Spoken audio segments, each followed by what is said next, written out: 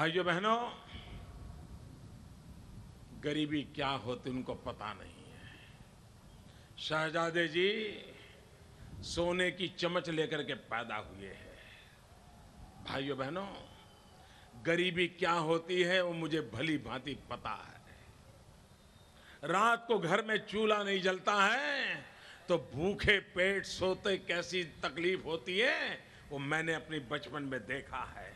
वे सोने की चमच लेकर के पैदा हुआ है, मैं रेल के डिब्बे में चाय बेचते बेचते आज आपके पास आया हूं।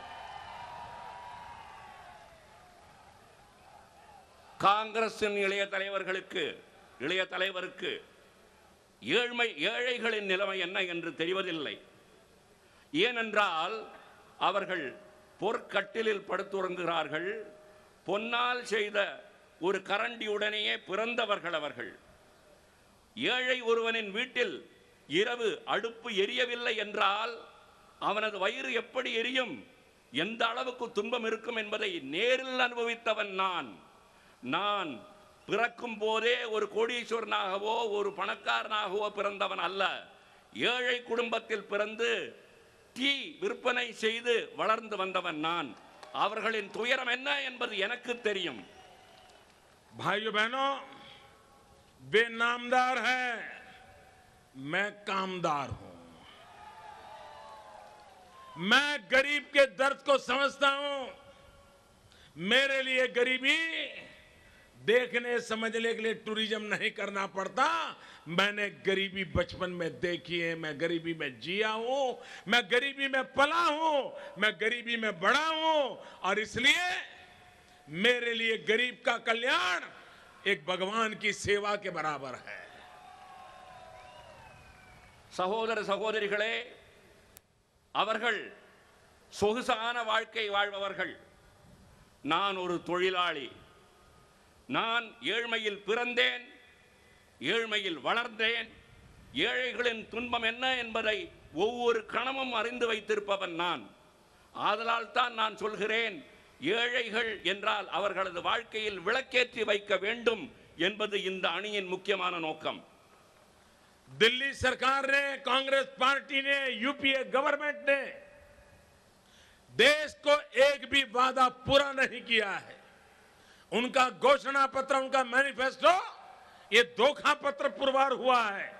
उन्होंने कहा था देश के नौजवानों को 2009 में कांग्रेस पार्टी ने कहा था, यूपीए सरकार ने कहा था कि वे 5 साल में 10 करोड़ नौजवानों को रोजगार देंगे।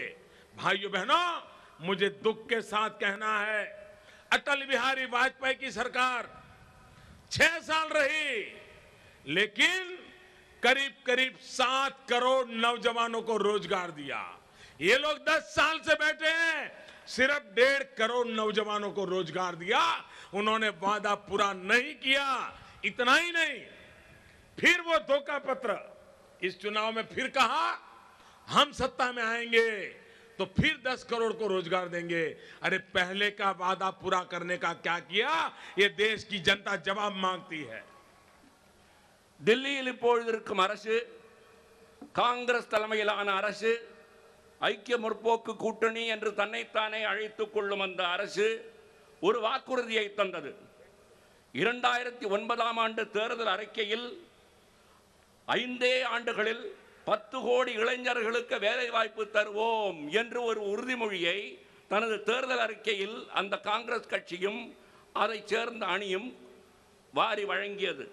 உறுதிமொழியை எங்களது அடல் பிகாரி வாஜ்பாய் என்னும் தானை தலைவரின் தலைமையிலான அரசு 6 ஆண்டுகளில் 7 கோடி இளைஞர்களுக்கு வேலை வாய்ப்பை தந்திருக்கிறது. இதே காங்கிரஸ் தலைமையிலான அரசு உறுதிமொழியை நிறைவேற்றவில்லை. இப்பொழுது சொல்கிறார்கள், நீங்கள் இன்னொரு வாய்ப்பு கொடுங்கள், நாங்கள் உங்களுக்கு 10 கோடி இளைஞர்களுக்கு வேலை வாய்ப்பு தருகிறோம் என்று இப்பொழுது கூறுகிறார்கள். அந்த 10 கோடி பேர்களுக்கு வேலை வாய்ப்பு தருவோம் என்று நீங்கள் கூறிய உறுதிமொழி என்ன ஆயிற்று? मैं देश के नौजवानों को, तमिलनाडु के नौजवानों को विश्वास देना चाहता हूं कि दिल्ली में आने वाली नई सरकार रोजगार के अवसर पैदा करना, नौजवानों को रोजगार मिले, देश के नौजवान की भुजाएं भारत के विकास में काम आए, ये हमारी प्राथमिकता है। रोजगारी ये देश की सबसे पहली आवश्यकता बनी है। தமிழ்நாட்டின் இளைஞர்களுக்கு மட்டுமல்ல, இந்த நாட்டின் இளைஞர்களுக்கு நான் ஒரு புதிய உறுதிமொழியை வழங்குகிறேன். புதிய அரசு பொறுப்பேற்றுக் கொள்ளும் போது வேலை வாய்ப்புக்கு, இளைஞர்களின் வேலை வாய்ப்புக்கு முன்னுரிமை அளிக்கும் என்பதை உறுதிபட கூறுகிறேன். வேலை வாய்ப்பு என்பதுதான் நமது நாட்டின் முன்னேற்றத்தின் ஒரு அடிப்படையான ஒரு தேவை என்பதை நாம் மறந்துவிடக் கூடாது. இந்தியாவின் முன்னேற்றத்திற்கு நமது இளைஞர்கள் வேலை வாய்ப்பு பெற வேண்டும். அப்படி செய்தால்தான் நாம் நாட்டை முன்னேறி செல்ல செய்ய முடியும். भाइयों बहनों, हमारे समुद्री तट पर ये हमारे जो फिशरमैन रहते हैं, आज सरकार का उनकी तरफ कोई ध्यान नहीं है। फिशरमैन के कल्याण के लिए आधुनिक टेक्नोलॉजी का उपयोग हो सकता है। फिशिंग के व्यवसाय को और आधुनिक टेक्नोलॉजी से जोड़ सकते हैं। आज फिशिंग भी बहुत बड़ा ग्लोबल मार्केट भारत के पास इंतजार कर रहा है। अगर हमने उस पर ध्यान दिया तो आज मेरे समुद्र तट पर रहने वाले फिशरमैन की जिंदगी को हम बदल सकते हैं और यहां संकल्प लेकर के चल रहे हैं। ஒரு நாட்டின் மிக முக்கியமான பிரிவினர் கடலோரத்தில் வாழும் மீனவர்கள். இன்றைய அரசு நமது மீனவர்களின் வாழ்வில் சற்றும் கவனம் செலுத்தவில்லை என்பது நாம் அனைவரும் கண்கூடாக பார்க்கும் ஒரு உண்மை. நவீன தொழில்நுட்பத்தை பயன்படுத்தினால் நமது மீனவர்கள் முன்னுக்கு வர முடியும். இப்பொழுது மீன் பிடிப்பது என்பது ஒரு உலகம் தழுவிய ஒரு அங்காடியை படைத்திருக்கிறது, பெற்றிருக்கிறது. ஆதலால் கடலோரத்தில் வாழும் மீனவர்களே, உங்களது வாழ்வில் நான் ஒளியேற்றுவேன் என்ற உறுதியை இங்கு நான் ஏற்கிறேன். भाइयों बहनों, हमारा तमिलनाडु का फिशरमैन श्रीलंका उसको परेशान करे, गुजरात का फिशरमैन पाकिस्तान परेशान करे और केरल का फिशरमैन इटली के लोग आकर के मार के चले जाएं। भाइयों बहनों, हमारे फिशरमैन को पूरा प्रोटेक्शन मिलना चाहिए।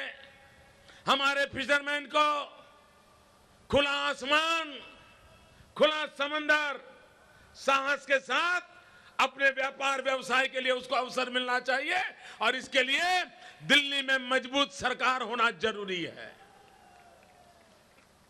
சகோதர சகோதரிகளே, தமிழகத்தில் வாழும் மீனவர்களுக்கு இலங்கையினால் அன்றாடம் தொல்லைகளும் தொந்தரவுகளும் துன்பங்களும் இன்னல்களும் ஏற்பட்டுக் கொண்டிருக்கின்றன. அதேபோல குஜராத்தில் வாழும் மீனவர்களுக்கு பாகிஸ்தானினால் இதே போன்ற தொல்லைகளும் துயரங்களும் ஏற்பட்டுக் கொண்டிருக்கின்றன.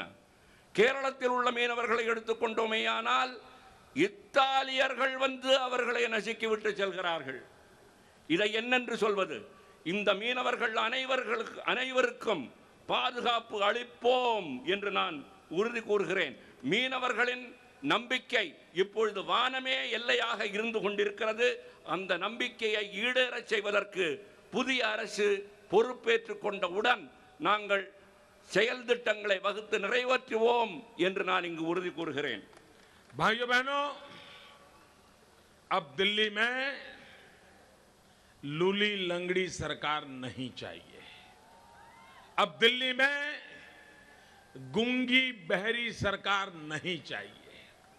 अब दिल्ली में रिमोट कंट्रोल से चलने वाली सरकार नहीं चाहिए। अब दिल्ली में अस्पताल में मरी पड़ी सरकार नहीं चाहिए। अब देश को मजबूत सरकार की जरूरत है और इस चुनाव में हिंदुस्तान के भाइयों बहनों को और विशेष करके तमिलनाडु के मेरे भाइयों बहनों को मैं प्रार्थना करता हूं कि भारतीय जनता पार्टी, रामदास, विजयकांत, ये सारे मिलकर के हम आपका आशीर्वाद चाहते हैं ताकि दिल्ली में मजबूत सरकार बने। दिल्लिயில் ஒரு நோஞ்சான் அரசு இருந்த பிரயோஜனம் கிடையாது. தில்லியில் வலுவற்ற ஒரு மெலிந்த அரசு இருந்து எந்த பயனும் கிடையாது. ரிமோட் கண்ட்ரோல் மூலம், அதாவது எங்கிருந்தோ அசையும் ஒரு விசையின் மூலம் இயங்கும் அரசு இருந்து பயன் கிடையாது. மருத்துவமனைகளில் நோயாளிகள் இறக்கக்கூடிய நிலைமையில் இருக்கும் அரசு தேவை கிடையாது.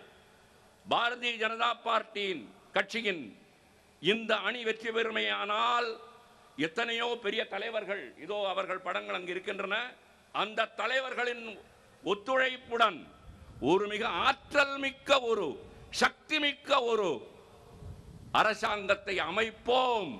இதில் எந்த ஐயமும் கிடையாது.